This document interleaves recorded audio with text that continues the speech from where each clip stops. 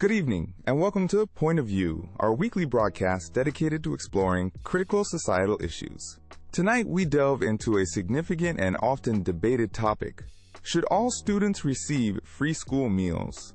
This question touches upon child welfare, educational equity, and the allocation of public resources, sparking passionate discussion across the nation. To help us navigate this complex issue, we have two distinguished guests. Dr. Eleanor Vance, a renowned child nutritionist and education policy advocate who argues passionately in favor of universal free school meals, and Mr. Samuel Green, an experienced school administrator and taxpayer advocate who presents a more cautious perspective, questioning the universal approach. Our debate tonight will begin with opening statements from each of our guests. This will be followed by a moderated discussion, where we will explore the nuances of their arguments. Finally, Dr. Vance and Mr. Green will offer their closing remarks. We anticipate a robust and enlightening conversation. The implications of this debate are far-reaching, affecting not only students and families, but also the broader community and our educational system's future. Let's begin. Thank you, David. I believe that providing universal free school meals is not merely a policy option. It is a fundamental investment in our children's future, their health, their academic achievement, and the very fabric of social equality within our schools. It's about creating a level playing field from the very start. Firstly, let's consider the profound impact on nutrition and health. Universal access guarantees that every child, regardless of their family's income bracket, receives at least one nutritious, balanced meal each school day. This is crucial in combating food insecurity, a pervasive issue that can severely impair cognitive development, physical growth, and overall well-being. By offering regulated, healthy options, we can actively improve the overall dietary quality for a generation of children. This isn't just about alleviating hunger. It's about proactively tackling long-term health issues, including childhood obesity and diet-related illnesses, by instilling healthy eating habits early on. Secondly, the link between good nutrition and educational performance is undeniable.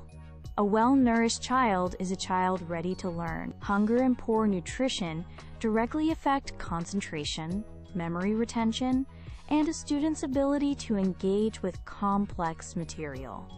Universal free meals can lead to demonstrably better school attendance, reduced behavioral issues, and improved classroom engagement. Imagine the difference it makes for a child who might otherwise sit through lessons with a gnawing hunger, unable to focus. We are not just feeding stomachs. We are fueling minds and unlocking potential that might otherwise be stifled by circumstance. Finally, and critically, universal programs promote social equity and eliminate the pervasive stigma associated with means-tested free meal programs. When meals are free for everyone, no child is singled out. This fosters a more inclusive, respectful, and supportive school environment where all students feel they belong. Furthermore, this approach simplifies administrative processes for schools, freeing up valuable resources. Universal free school meals are a compassionate, intelligent, and effective strategy to ensure every child has the opportunity to thrive. Thank you, David. Dr. Vance, your points are certainly made with conviction. While I wholeheartedly agree that ensuring no child goes hungry is a moral imperative, I contend that implementing universal free school meals is an inefficient, excessively costly, and potentially problematic approach to achieving that important goal. My primary concern revolves around the significant financial burden this would impose on taxpayers. We are talking about a substantial, ongoing expenditure. Is it truly fair or fiscally responsible to provide free meals to families who can comfortably, and are indeed willing to, afford them? I believe public funds are finite and must be allocated with utmost prudence. These considerable funds, I argue, could be more effectively directed towards other critical educational needs, perhaps smaller class sizes, better resources for teachers, or enhanced support for special needs students. Alternatively, a more precisely targeted support program could ensure that every genuinely needy child receives assistance without the enormous overhead of a universal system. Secondly, we must consider the logistical challenges and the potential for considerable waste. If we assume universal uptake but it isn't fully realized, or if the standardized meals are not appealing to a significant portion of students, we could see a substantial increase in food waste. This is both economically and environmentally irresponsible. Schools, particularly those with older infrastructure, might face significant logistical hurdles in terms of upgrading kitchen capacity, hiring additional staff, and managing procurement on such a vastly expanded scale. These are not trivial considerations and could divert attention and resources from their core educational mission. Thirdly, I believe we must not overlook the fundamental role of parental responsibility. Providing for one's children, including their daily nutrition, is a primary duty of parents.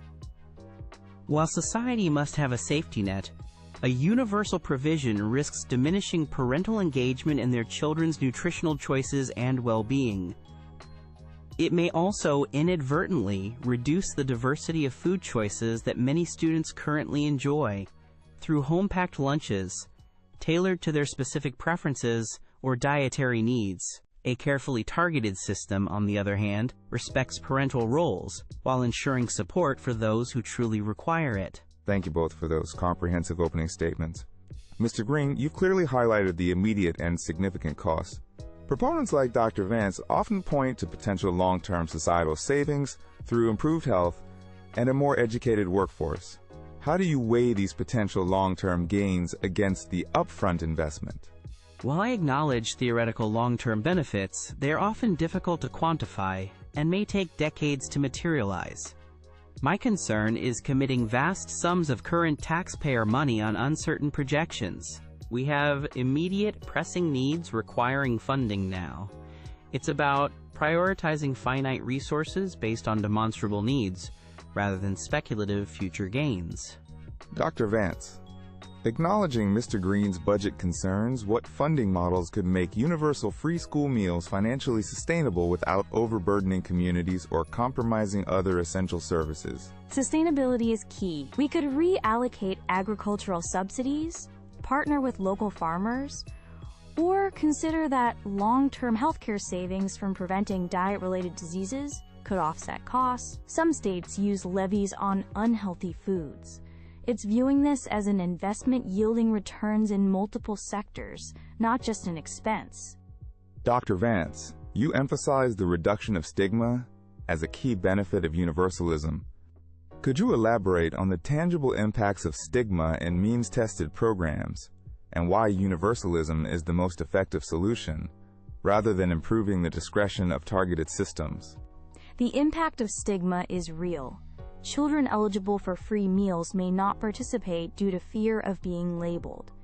This leads to hunger despite eligibility. Universalism eradicates this by making nutritious meals standard for everyone, fostering community and equality. The administrative burden on families to prove poverty is also a barrier. Mr. Green, if not universal provision, how can targeted programs be refined to ensure they reach every child in need effectively and discreetly, minimizing social discomfort and administrative hurdles? Targeted programs can be improved. Automatic enrollment via existing data, cashless payment systems making all students appear the same, and enhanced community outreach can boost uptake discreetly. The focus should be on seamless, invisible systems at the point of service, preserving dignity while ensuring resources go where most needed. Mr. Green, concerns about food waste and the quote, one-size-fits-all nature of universal meals are often raised. What are the practical risks here, and how might they undermine the program's goals? The primary risk is that if meals aren't appealing or don't cater to diverse tastes, much will be wasted. This is financially wasteful and means nutritional benefits aren't realized. A one-size-fits-all menu can also lead to dissatisfaction and preference for unhealthy alternatives. Accurately forecasting demand is also a complex challenge.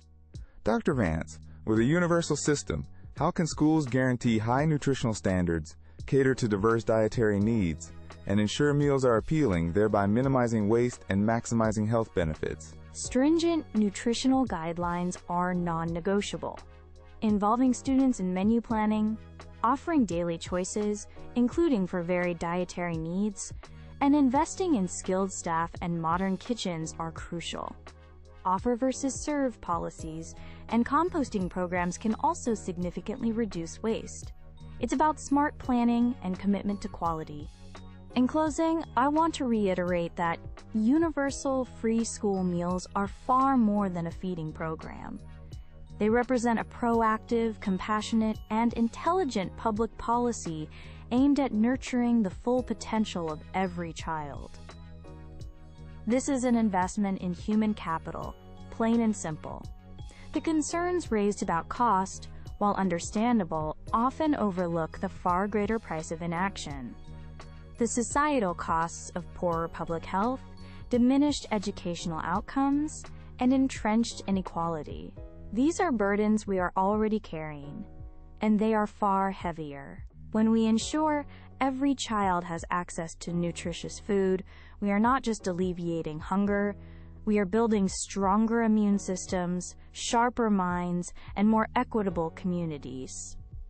We are fostering an environment where every student has a fair chance to learn, grow, and succeed, irrespective of their background. Investing in our children's daily nutrition through universal school meals is not a handout.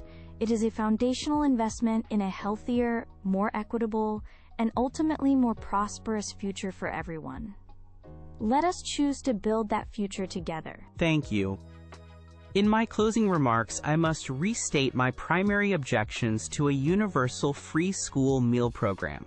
Its significant financial imprudence, the inherent unfairness to taxpayers who must fund meals for those who do not need assistance, and the potential erosion of parental responsibility in providing for their children.